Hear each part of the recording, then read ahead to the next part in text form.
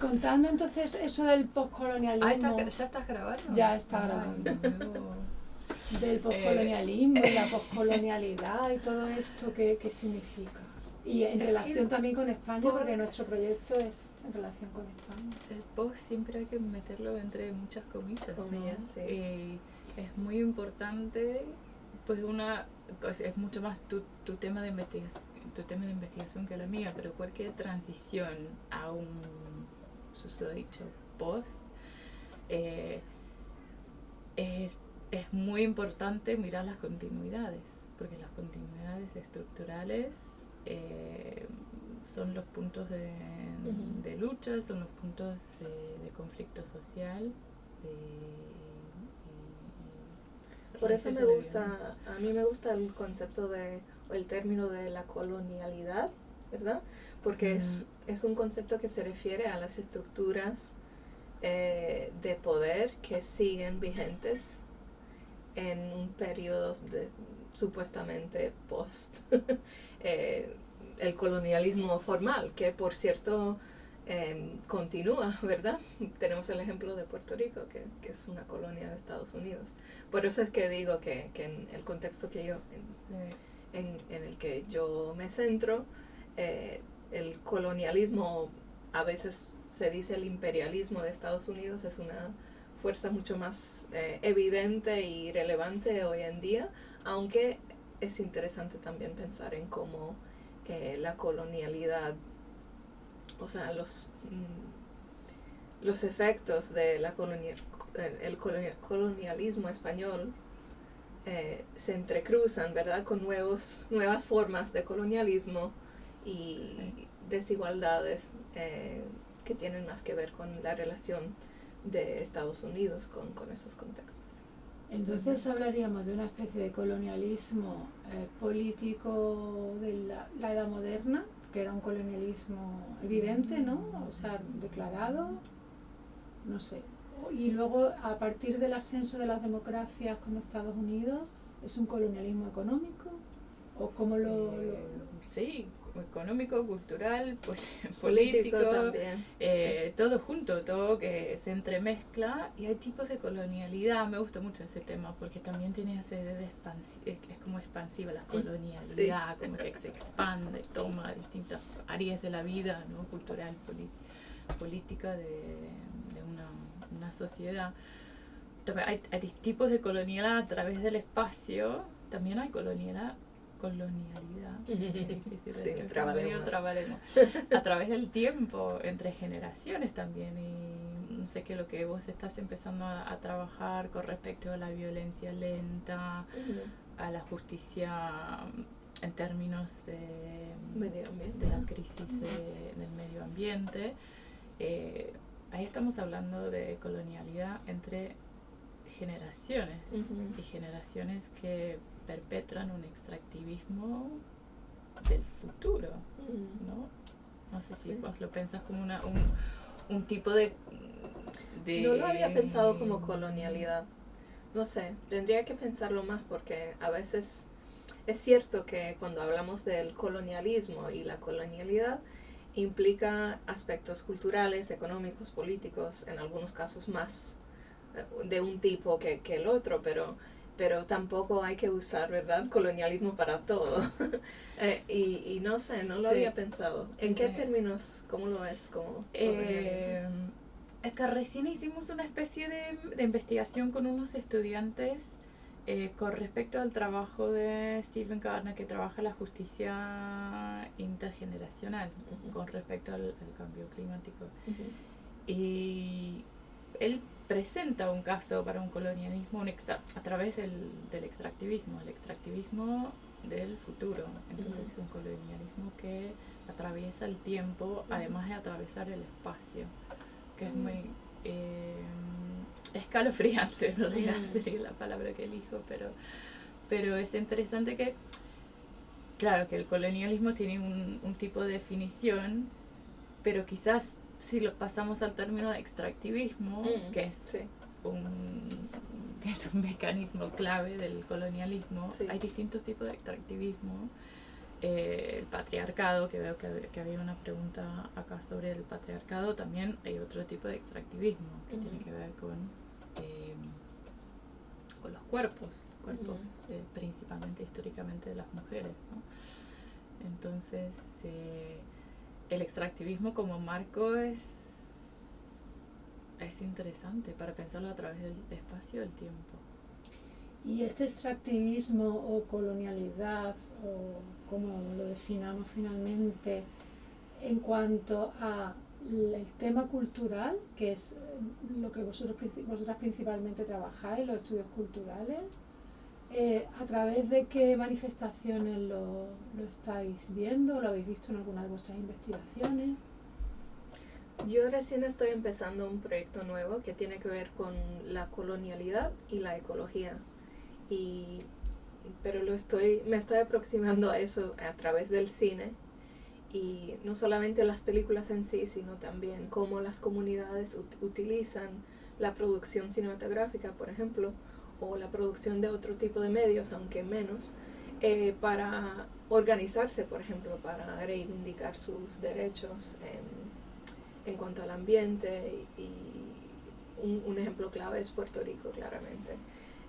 Pero sí, lo estoy pensando a través del cine, porque digamos que la cultura lo que nos permite ver es las muchísimas maneras sutiles, indirectas y también vividas, o sea, afectivas, ¿no? De algún modo, en que perviven esas estructuras de poder, y cómo influyen a veces en las cosas menos pensadas. Por ejemplo, la relación de una persona con su entorno hoy en día en un contexto supuestamente postcolonial. O sea, la fractura o la forma de pensar en la naturaleza no humana que tiene que ver con esos efectos que siguen. Pero ponnos algún ejemplo así muy básico, porque esto lo va a ver más gente. Okay. No lo van a ver solamente, pretendemos que no lo vean solamente investigadores. Como si tuvieras que coger en Puerto Rico algún ejemplo de familia, de mujer, de entorno también, esto relacionado con el género, ¿cómo lo explicaríais? Darnos una historia, una narrativa que todo el mundo pueda comprender, que seguramente que habéis vivido tenéis ejemplos. Bueno, yo podría poner un ejemplo que no es de Puerto Rico, pero es de República Dominicana, porque acabo de escribir un análisis de una película dominicana que se llama Candela. Es una película de ficción detectivesca con un estilo de cine noir, negro, ¿verdad? Y trata sobre un crimen, ¿verdad? Un asesinato. Pero la estructura de la película está regida por un huracán que viene. O sea, tenemos esa amenaza del huracán que viene y que crea como un ambiente de amenaza, de apocalipsis también, que es muy relevante para el contexto caribeño, que ha vivido varias apocalipsis, ¿verdad? A través de su historia podemos pensar en apocalipsis históricas como el colonialismo, y también en las cíclicas ecológicas, meteorológicas, ¿verdad? Como los huracanes. Entonces, dentro de ese ambiente amenazado por el huracán, vemos la relación entre las distintas capas de la sociedad dominicana actual, que claramente tienen que ver con los vestigios de la colonialidad, en el sentido de la desigualdad, de cómo la raza influye en el estatus de una persona en la ciudad, en la sociedad, en la corrupción, la impunidad, todas esas estructuras que mantienen esas desigualdades de poder racializadas también. O sea, un vínculo entre lo colonial ahí y ese sentimiento que está cada vez más presente, ¿verdad?, en nuestras vidas, de amenaza. La cultura del shock, ¿no? Vivimos y también con el cambio climático, esa idea de que nos estamos aproximando a un apocalipsis y no podemos pararlo, no podemos evitarlo. Pero también estamos condicionados pienso no en el cine comunitario, pero el cine hollywoodense, el apocalipsis es algo es como un imaginario muy recurrente en muchas películas, que estamos condicionados para el apocalipsis. Sí. Casi como para gozar de esa posibilidad. Pero esto quizás es muy judío-cristiano también, ¿no? Porque es la historia como un principio y un fin, ¿no? ¿Es un sentido judío-cristiano? Pero o es bueno, otra en el contexto de esa película lo que hace justamente es jugar con eso, porque lo que nos hace sentir es que el apocalipsis está siempre ahí, es un proceso cíclico que en este contexto se vive y se tiene que sobrevivir. O sea, no es la historia teleológica, ¿verdad? Lineal del apocalipsis, sino que el apocalipsis es la vida diaria. Y políticamente construyendo esa, porque no sé por qué no vi la película, pero me pregunto si funciona a nivel como literal, como lo cíclico que son los ciclos de huracanes en el Caribe, que siempre ese apocalipsis viene cada 12 meses, hay como la posibilidad y esa amenaza que se presenta, ¿no? Pero también construyendo eso como una metáfora política, sí, es más complicado, ¿no? Porque es un círculo vicioso que el apocalipsis siempre está ahí. Bueno, ¿cómo abrimos ese horizonte imaginario de otro tipo de futuro donde el apocalipsis no siempre está ahí como amenazando? Sí, es verdad. Sí, es un problema, digamos, que nos propone la película, pero lo que sí nos permite ver, y eso hablando del estudios culturales en general, es cómo se vive esa realidad, cómo se siente ese contexto amenazado por varios tipos de apocalipsis en el que se tiene que sobrevivir. Esto también me interesa mucho porque la subjetividad es algo que sí se ve en estudios culturales y sin embargo, por ejemplo, en historia es muy desterrado, ¿no? La subjetividad está como proscrita, ¿no? O vosotras sí lo trabajáis, ¿no? Generalmente. Sí, o sea, muchas de las narrativas que trabajamos son narrativas en primera persona o toman distintas perspectivas desde la primera persona para construir un discurso colectivo. No, que sí, que son narrativas que se construyen desde la perspectiva de la primera persona, o sea, la voz es la primera persona. También hay narrativas que toman distintas perspectivas en esa primera persona, que hace como una especie de mirada como polifónica, donde uno toma distintas perspectivas, pero siempre, claro, desde la subjetividad. Sí, bueno, yo no soy historiadora, pero por lo que entiendo cómo ha evolucionado el campo de la historia, de esos estudios, es a través de, por ejemplo, testimonios, ¿verdad? Diferentes tipos de textos o de recursos que nos permiten reconstruir de alguna manera puntos de vista o vivencias que han sido dejadas a un lado, no sé. Pero como construir la historia, las microhistorias. Claro, de las notas a pie de página. Se ha admitido, digamos, la historia oral, por ejemplo, con unas técnicas muy severas, ¿no? Se ha admitido la historia oral, ya está admitida, digamos, el análisis de prensa también en historia, que antes eran cosas que no se tocaban, ¿no? Pero nos falta, creo, una narrativa a nosotros, a los historiadores, poder explicar esas complejidades de datos, de circunstancias. Lo tenemos que hacer, creo yo, a mi modo de ver, de una forma lineal, muy demostrativa. Y yo entiendo que los estudios culturales, como emplean más metodologías, como son metodologías más flexibles, me parece, que en eso a vosotros lo veis como algo natural, que tomar esos distintos puntos de vista, ¿no? Incluir la subjetividad, no sé porque sí, para mí sería como normal incluir en distintas perspectivas, distintas posiciones epistemológicas también, pero o también depende de la escala en la cual uno está trabajando, pero los relatos íntimos, por ejemplo, en general suelen ser en primera persona, porque es muy, nadie más puede narrar lo íntimo, pero lo íntimo está estrechamente vinculado con lo regional, lo nacional, lo global. Entonces ¿tú hace falta esos hilos en primera persona que se van entretejiendo para entender cómo las vidas cotidianas o las vidas íntimas forman parte de estructuras o procesos transnacionales. Tu trabajo como investigadora, recoger diversos testimonios, ¿no? O sea, ¿sí? Diversas formas de vivencias. Sí, lo testimonial no es algo que trabajo específicamente. Actualmente estoy trabajando un poco con la recepción.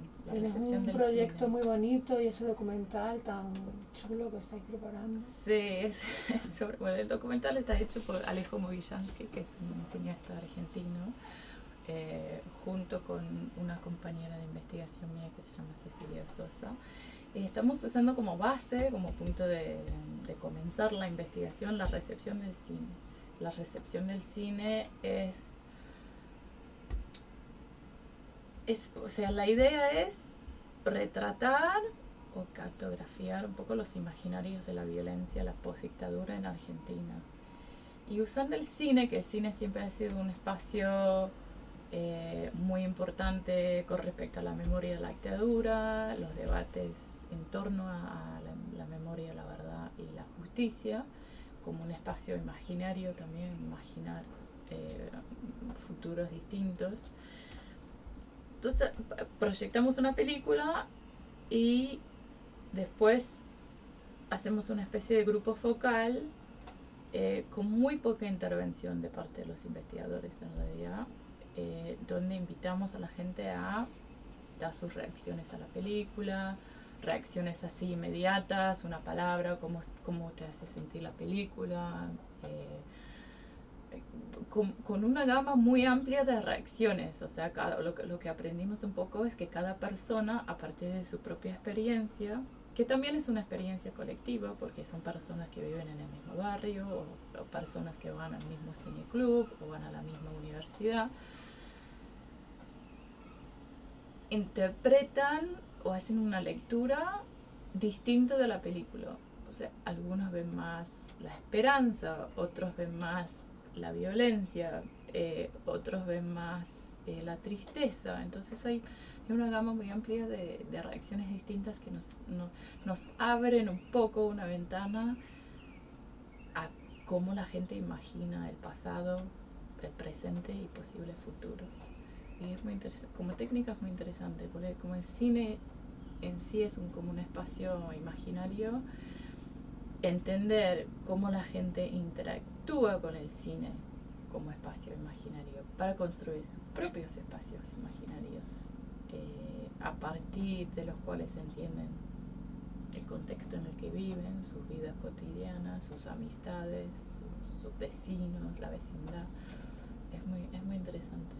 Pero bueno, estamos a mitad de camino con la investigación, así que hay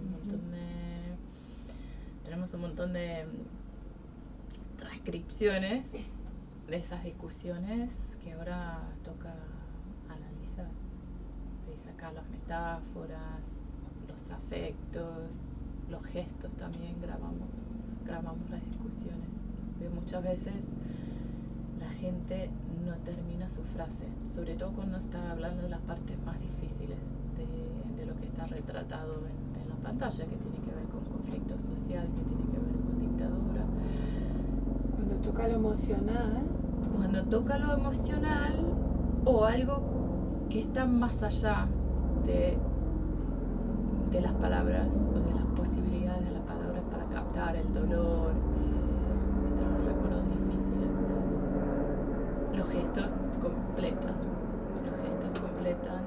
la palabra que no se dice. Claro, y eso es algo que tienen los estudios culturales, que nos permiten enfocarnos en lo gestual, en lo afectivo, en lo visual, que a veces nos comunica cosas diferentes, claro, o más grandes de lo que se puede reducir más a allá de lo palabras. racional también. O sea, lo afectivo es muy importante para entender nuestros mundos imaginarios. Y aquella investigación que tenías con Cecilia sobre las mujeres rebeldes, las hijas de perpetradores, ¿cómo? Cuéntanos un poquito. Pues es parte de esa misma investigación, es un grupo de hijos, hijas y familiares de genocidas, los represores durante la dictadura, que el grupo se llama Historias Desobedientes. Y a partir de esa desobediencia al mandato familiar, el mandato de obedecer principalmente al padre, no la figura patriarcal, que también es la figura del perpetrador durante la dictadura, es una voz emergente, es una voz muy cuidadosa también, con respecto a las otras voces en el ámbito de los derechos humanos en Argentina. Y yo he encontrado en las intervenciones, en los grupos focales, en las entrevistas, se trata de un grupo con mucha energía, es una voz audaz, que ha sido una voz polémica también, pero yo lo encuentro de mucha inspiración, ¿no? Para esa, no diría la última vuelta, pero es otro despliegue en la adopción de la memoria, la verdad y la justicia como no solamente como política de Estado, pero como cultura para todo el mundo. Y se me ocurre, ahora que ya estamos entrando en género, este patriarcalismo, esta familia de militares, ¿no? También que ahí está muy inculcado el patriarcalismo, y todo este ascenso de los psicópatas integrados que parece como que pululan por toda la sociedad, ¿encontréis alguna relación o no? Estos maltratadores también de mujeres, dicen que hay un porcentaje de mujeres más bajo y un porcentaje muy alto de estos maltratadores psicológicos que están como camuflados en la sociedad, no cometen delitos y les dicen psicópatas integrados, ¿no? Y destruyen a su víctima. Normalmente la mujer, la pareja, es una grave víctima de esto. En psicología hay mucho trabajo haciéndose actualmente. Porque por lo visto... O sea, psicóloga no soy, y la investigación que hago no va por ese lado, porque no tengo la formación en psicología de indagar. Ahora, el patriarcado sí, o sea, tiene sus costados muy invisibles, y por eso es como la gran continuidad del colonialismo, el postcolonialismo, el neocolonialismo, también entre dictadura y democracia. Las estructuras patriarcales son una gran continuidad que subyace la transición a la democracia, que siguen vigentes. Y también hubo mucho, o sea, en términos de estructuras jurídicas y leyes con respecto a la equidad de género, Argentina, por ejemplo, está muy avanzado, o sea, es un país muy avanzado en ese tema, pero eso no cambia la cultura. O sea, después hay una cultura de machismo que no replica esas estructuras jurídicas, entonces el cambio es complejo. Sí. Hay mucha violencia de género, el tema del femicidio es grave, por eso las marchas de Ni Una Menos a partir del 2015, las marchas y como la toma de espacios públicos reclamando el derecho a la ciudad, el derecho al espacio público, el derecho a la seguridad en los espacios domésticos también, está empezando a cambiar una cultura. pero es un proceso que no se logra de un día para el otro. Pero eso es precisamente algo que el cine en el contexto cubano nos ha permitido ver, porque digamos en Cuba a partir del 59 hubo muchísimas políticas para tratar de conseguir, ¿verdad?, la igualdad entre el hombre y la mujer en la sociedad cubana, integrar a las mujeres en el proceso revolucionario y sobre todo al trabajo, que era como la parte más importante, ¿verdad?, dentro de ese proceso. Pero tenemos películas como Retrato de Teresa, por ejemplo, o De cierta manera, que nos permiten ver cómo el machismo es un problema cultural que no se soluciona simplemente con políticas. Ni con trabajo, quizás, ¿no? Sí. Ni tampoco con trabajo, porque se veía que las mujeres salían a trabajar y luego venían a casa a trabajar otra vez. Y claro, un problema sigue pasando, ¿no? Sí. En general, ¿no? Sí. Y a lo mejor esta independencia económica de la mujer o laboral, pues hace que la violencia, aparte de que continúan los feminicidios desgraciadamente y todo esto, pero la violencia física está ahí, pero la violencia invisible como que a lo mejor ha aumentado por todos los discursos que hay sobre... Claro, no hay que ser machista, pero yo lo soy como escondidilla, ¿no? Es difícil saber si ha aumentado o si lo que ha cambiado es nuestra forma de abordar y hablarlo en público. O lo vemos más, ¿no? Sí, Quizá. puede ser. Una cosa que no sé si vos notaste también, pero por ejemplo, volviendo al ejemplo cubano, en nuestro curso de primer año los chicos miran Memorias de su desarrollo. Hace muchos años que miran esa película, es una película, una referencia clásica. Y hace poco, pero tiene Jorge en el módulo. Claro. Entonces se usa, o sea, a nivel cinematográfico es muy interesante también para desentrañar un poco el lenguaje de la película, pero yo veo en los últimos quizás 3 o 4 años los estudiantes no miran esa película de la misma manera, con otras películas también. O sea, vemos acá también, como en otros lugares, hay como una conciencia feminista y queer también,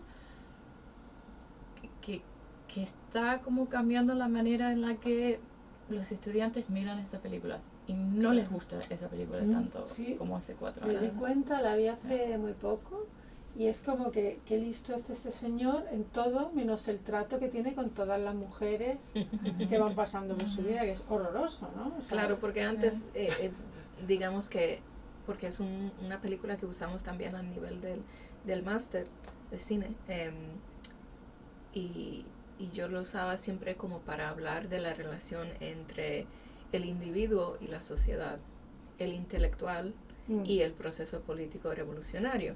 Pero lo que sale mucho más fuerte ahora en los debates con los estudiantes es esa relación que tiene él con las mujeres. Sí, y la cultura del machismo. El machismo. Que es la continuidad en esa revolución que cambia muchas cosas. Con los barbudos y el imaginario también súper machista. Es algo reciente, los estudiantes están empezando a hacer, pero ¿por qué estamos estudiando esa película? Porque esa película, la verdad, desde la perspectiva de género, desde la perspectiva, claro, de los derechos. Pero tampoco hay que censurar, o sea, precisamente tenemos que, ¿verdad?, debatirlo con ellos. Y ese cambio que hemos notado es una de las cosas, como ustedes están utilizando las películas en su proyecto, ¿verdad?, de investigación, como las películas, las reacciones a los objetos culturales nos permiten entender algo sobre el momento que estamos viviendo. Porque realmente este señor de la peli, como era Memorias del Subdesarrollo, ¿no? Sí. Sergio. Es esa piedra, ¿no? Esa indiferencia emocional hacia las mujeres que tiene realmente, ¿no? Bueno, y hacia todo. Eso es el patriarcado, eso es lo que diríamos los psicópatas integrados, ¿no? Van actuando y no le importa que la otra esté. Antes había más empatía de parte de los estudiantes con respecto a esa figura. Y siempre les preguntamos, bueno, es una figura un poco ambigua, ambivalente, como... Y ahora no, simplemente es negativa. No. Fíjate qué Sí. curioso, o sea Sí, que sí, algo sí, se está pasa. adelantando. Y con otras películas también, pienso en el hombre con la cámara, de Zita Bertov. También, o sea, es la montajista Que aparece, ¿verdad? Brevemente. Elizaveta Sfilova, que aparece en la película, pensando también que para ese grupo de cineastas el montaje fue la esencia del lenguaje del cine.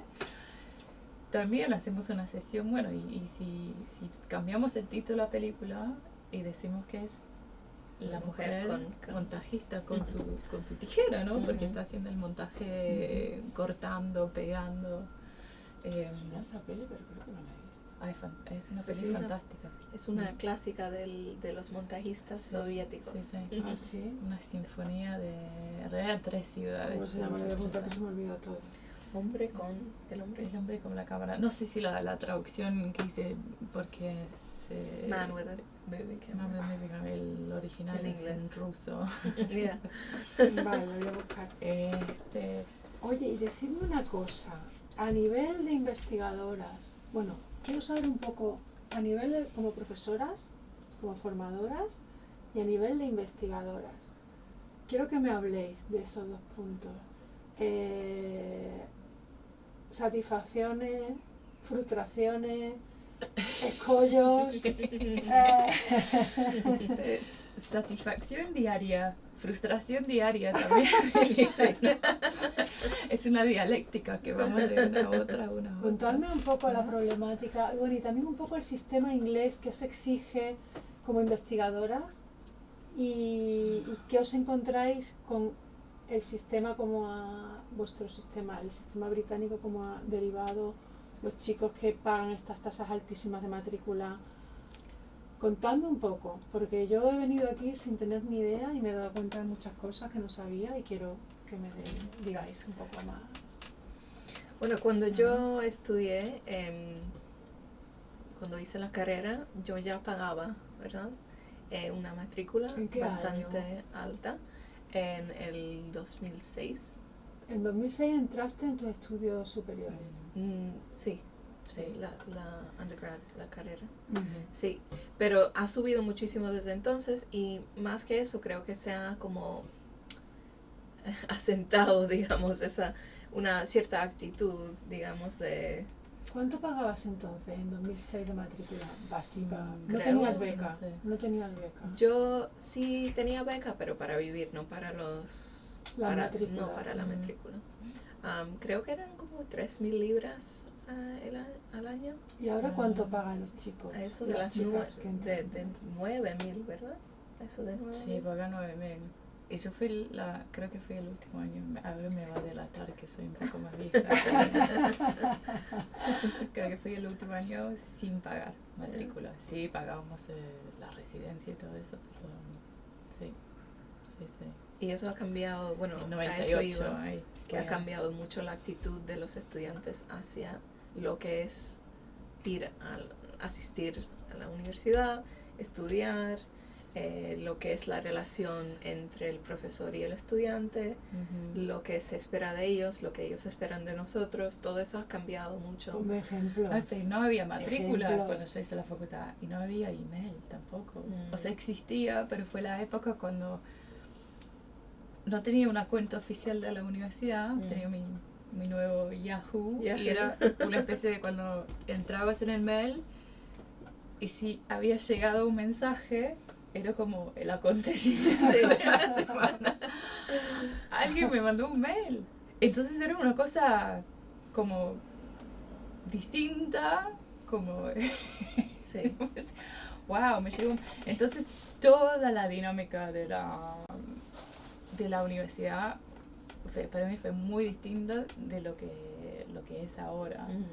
Entonces, si había que entregar un trabajo, fue un trabajo escrito a mano, en papel, no los ensayos, pero los trabajos de todas las semanas de traducción, de lengua, a poner el papelito. ¿Y ahora cómo es con esto del Canvas? Imaginad que estáis hablando para gente que no ha pisado nunca en la universidad. ¿Cómo le explicáis? ¿Qué pregunta tan difícil? Bueno, tenemos las clases, ¿verdad? Los seminarios. Pero fuera de eso, también estamos disponibles para los estudiantes, ¿verdad? Para consultar, para ayudar. Y eso está bien hasta cierto punto. Pero llega un momento en que a veces los estudiantes esperan mucho de nosotros. Creen que debemos estar siempre disponibles para ellos 24 horas al día, automática, ¿no? los fines de semana. Es difícil, sí, hay gente que usa respuestas automáticas y eso está bien, pero estamos hablando de la cultura, ¿verdad? No, de las expectativas. Quiero decir que ellos esperan que automáticamente les esté respondiendo. No sabía que había respuesta automática en el Canvas. En Canvas no, estoy hablando de los correos. Aunque sí, en Canvas se pueden mandar mensajes. Pero sí, ese es un tema que tenemos varias plataformas de comunicación. Diferente. Y pienso en mi computadora. Y se han multiplicado claro. Desde la pandemia, ¿verdad? Claro, ahora tenemos Teams también, que es Teams, otro. Para entrevistar, ¿os entrevistáis en tutoría particular con los estudiantes por Teams? ¿También? Antes lo hacía más, ahora menos. Pero también Zoom. Sí, Zoom. Entonces se han multiplicado las plataformas y pienso en una computadora que está tratando de trabajar con 3 sistemas distintos al mismo tiempo. Imagina nuestro cerebro cuando estamos en 4 sistemas distintos. Creo que es agotador para todos, para estudiantes, para profesores, para colegas, o sea, todos los colegas, es así, pero en la universidad es interesante porque estaría lindo como captar de nuevo un poco de esa bohemia que era la universidad cuando yo la hice, que era como un espacio de descubrimiento, autodescubrimiento entre 18 y 22 años. Es como un momento de florecer, de descubrir, y de dar espacio y tiempo a eso también. Sí, y la idea de que estamos todos aquí porque nos apasiona lo que hacemos, nos gusta aprender cosas nuevas, nos gusta descubrir cosas, nos gusta hablarlos con los demás, pero eso en el día a día se pierde. La pedagogía lineal, sí, hay que desmantelar lo lineal, un poco introducir un poco de rancia, de digresión, que son espacios súper creativos y provechosos, ¿no? Tomar otras perspectivas, volver a abordar un tema y tomar ese espacio para la curiosidad, que la curiosidad es muy importante. ¿A qué te refieres con lineal? Gozar de la educación. Los temarios, ¿no? Lineal, la pedagogía. La estructura lineal, que hay un programa, que hay un objetivo final y que todo esté dirigido a ese objetivo final. Y todo tiene que estar planificado, ¿verdad? Claro. Desde antes de empezar el semestre, el curso, todo. Reaccionar a algo que aparece, algunas personas que vienen de visita y llevarlos a los estudiantes a eso. O dejarse llevar por lo que los estudiantes digan o lo que les interese. O lo que está pasando en el mundo. Es un poco más de rancia pedagógica me vendría bien.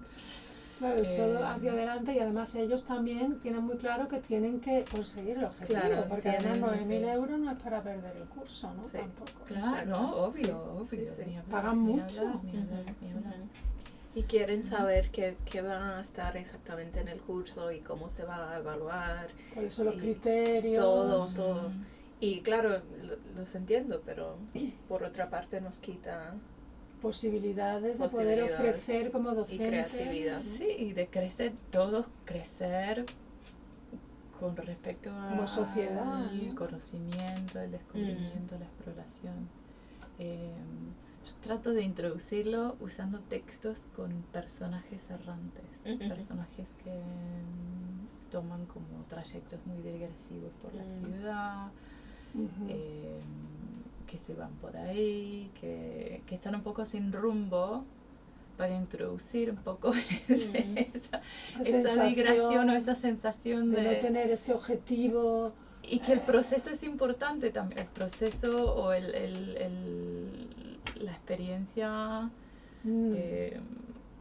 o sea, el tiempo que pasas en la carretera también puede ser muy interesante, muy divertido también. Sí. Y tenéis los criterios metidos ahí en el Canvas. Estuve en una sesión de esas que te explican.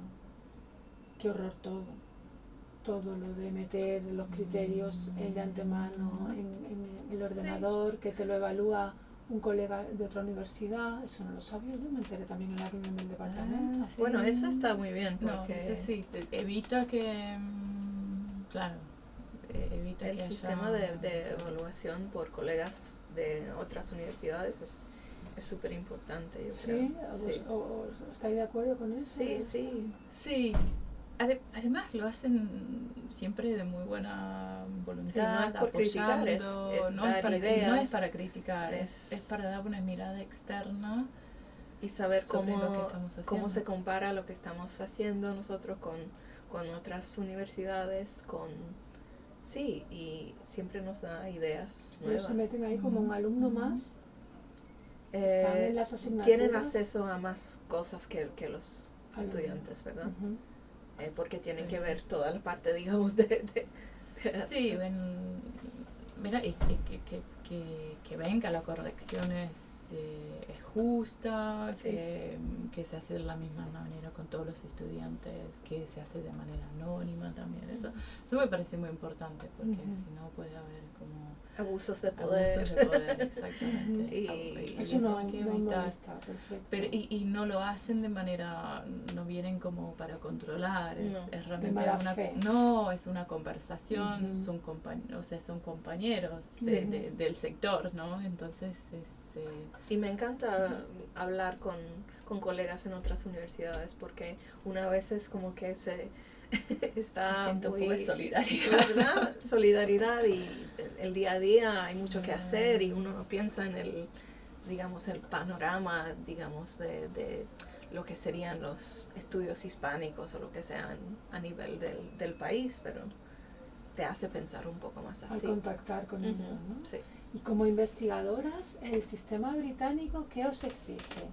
¿Cómo habéis podido llegar a vuestras plazas? Porque estáis los dos en plaza, o sea, fija, como me ha dicho Jorge, que es aquí muy entrecomillado de fijo, ¿no? Son como contratos indefinidos, ¿no? Sí, son como contratos indefinidos, no es como un estatuto de funcionario, por ejemplo, en Francia, es un poco distinto. O en España también. En España también.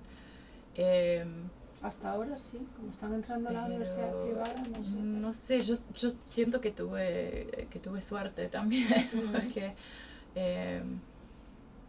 es difícil conseguir un puesto fijo, cada vez más difícil. Yo estoy en Newcastle desde 2013 y siento que hay más gente buscando trabajo todos fijo súper ahora, cualificados, y ellos tienen un montón de publicaciones, mucho más de lo que yo tenía en el momento. Tenía un poco de más experiencia enseñando, quizás porque había enseñado en una escuela secundaria, porque no es lo mismo que la universidad, pero pues, veo las candidaturas ahora, bueno, en los momentos que participé un poco en los procesos de selección, y son todos candidatos excelentes, o sea, son brillantes, tienen libros súper interesantes. Y hay pocos puestos. Hay pocos puestos, entonces, sí. Pero sí, yo creo que cada vez se exige más. de los estudiantes de doctorado, por ejemplo, al graduarse. Ya cuando yo terminé el doctorado, tenía claro de que tenía que tener un artículo publicado por lo menos, y mejor si tenía ya un contrato para publicar la tesis como libro.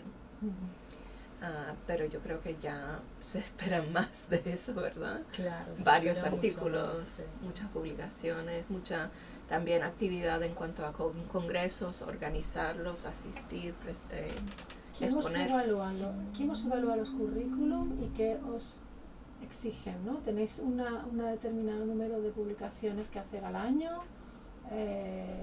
No es como el sistema de tenure en Estados Unidos. Y tampoco como en España, que creo que tiene unas expectativas súper exigentes una vez entras al puesto, ¿verdad?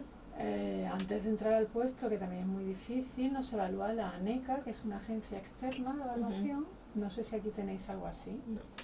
Pero es que, claro, yo hablando con Jorge el otro día, pues me quedé como... me chocó mucho lo que me dijo, que aquí no os evalúan por el ranking de impacto que tenga la revista. Nosotros tenemos que medir si la revista está en el primer decil, en no sé cuánto, que yo eso no entiendo nada, porque no he tenido ganas de ponerme a eso. No. Si la revista está en X índices, por ejemplo en Scopus, Web of Science, esos son índices muy buenos. En algunas escuelas sí, ¿eh? Sí, depende en esta escuela no, del pero campo. En otras partes de la universidad sí ponen mucho énfasis en eso. Más en pero ciencia, tenemos es que nos dicen que es el sistema anglosajón y ahora llego aquí y resulta que aquí no hacéis eso. Entonces, igual en Estados Unidos tal vez, no sé. En Estados Unidos, no sé. Sí.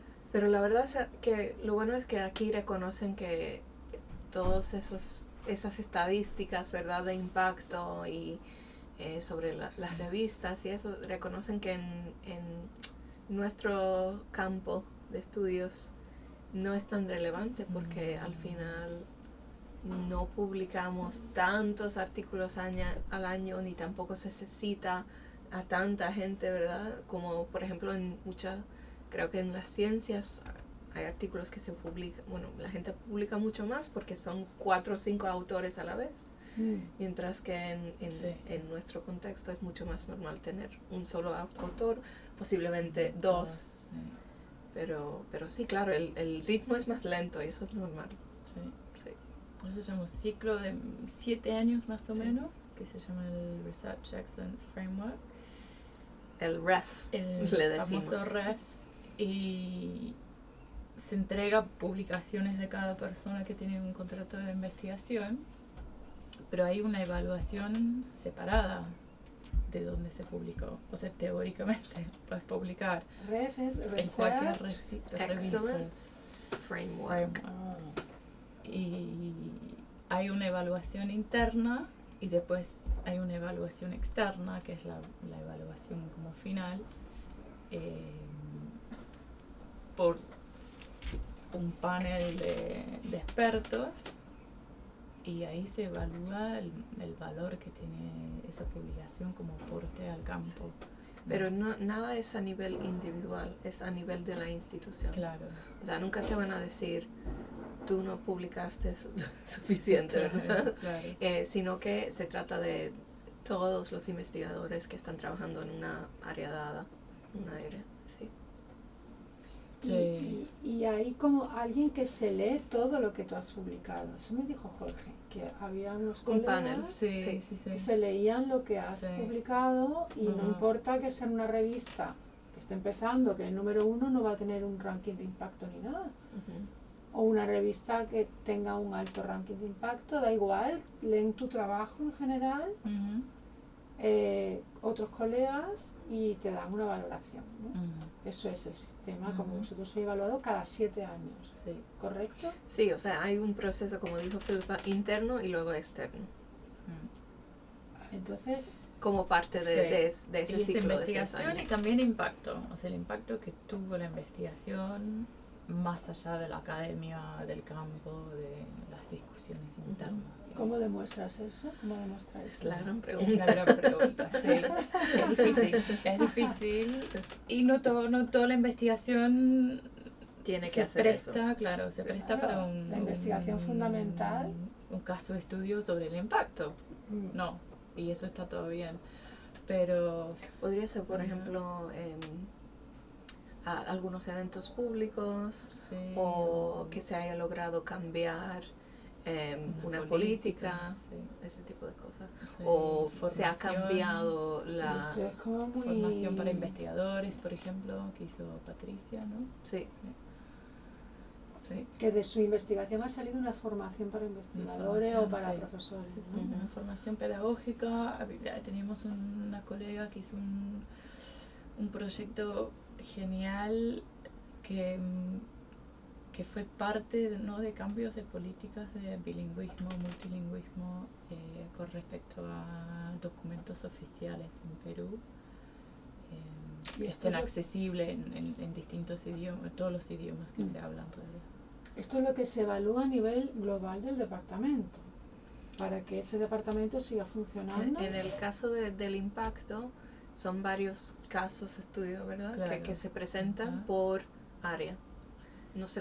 No necesariamente coincide el área con el departamento, pero claro, eso eso es un poco más complicado, pero bueno, sí. Pero sí.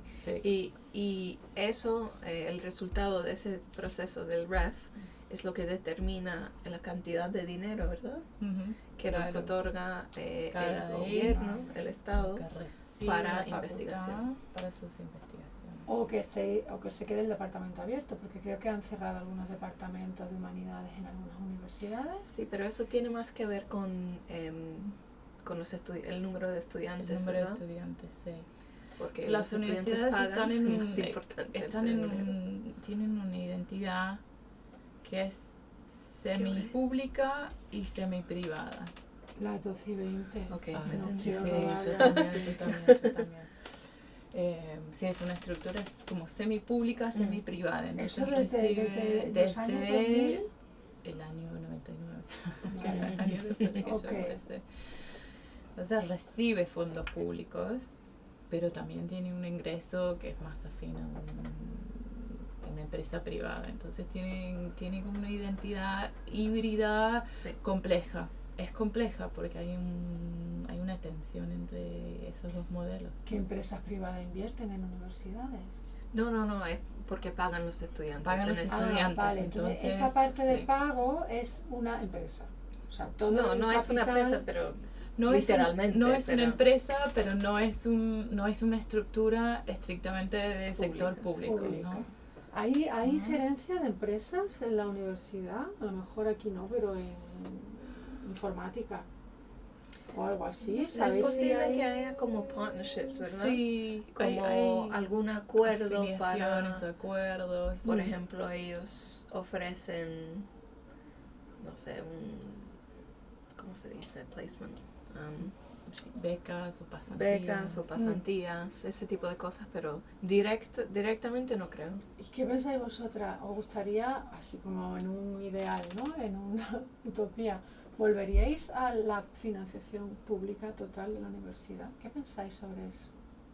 Estamos aquí, ¿no? Porque es lo pues que a es, ver pero... cuáles serían los términos y condiciones de esa financiación. No sé. ¿Habría financiación pública? Ese es el tema. Sí.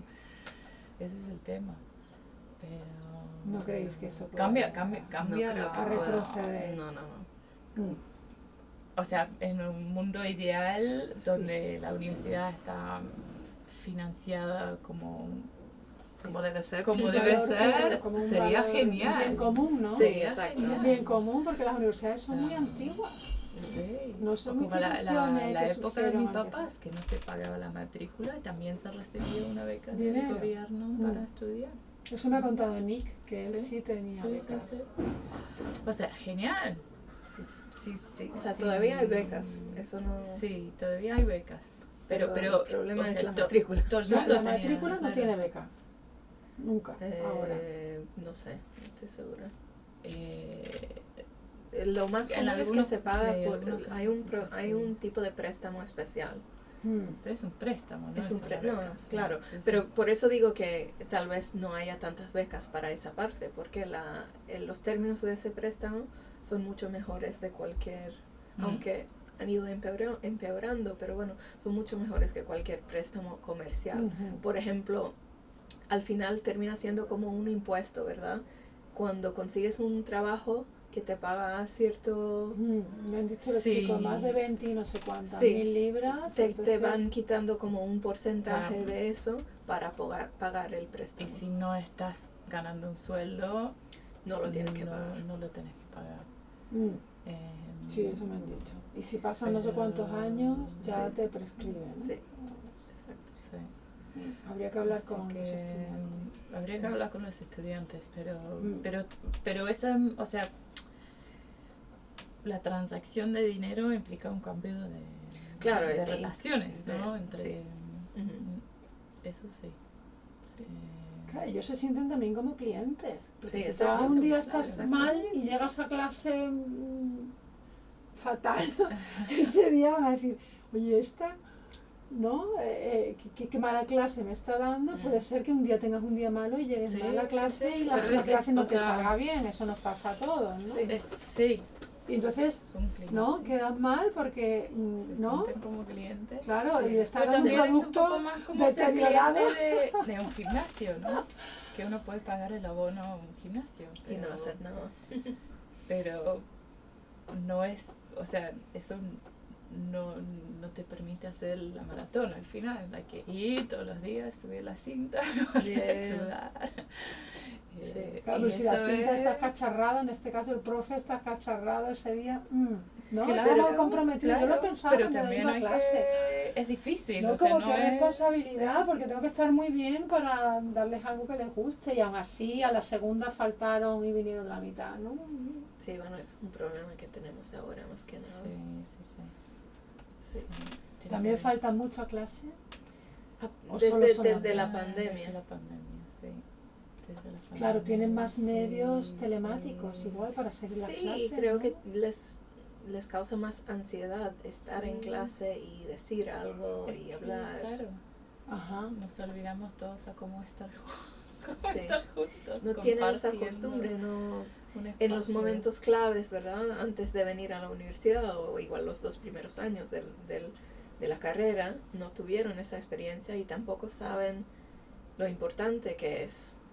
Porque piensan, bueno, yo me puedo poner al día con los materiales que están online, que están en Canvas, y más o menos lo resuelvo solo, pero igual no han tenido la oportunidad de ver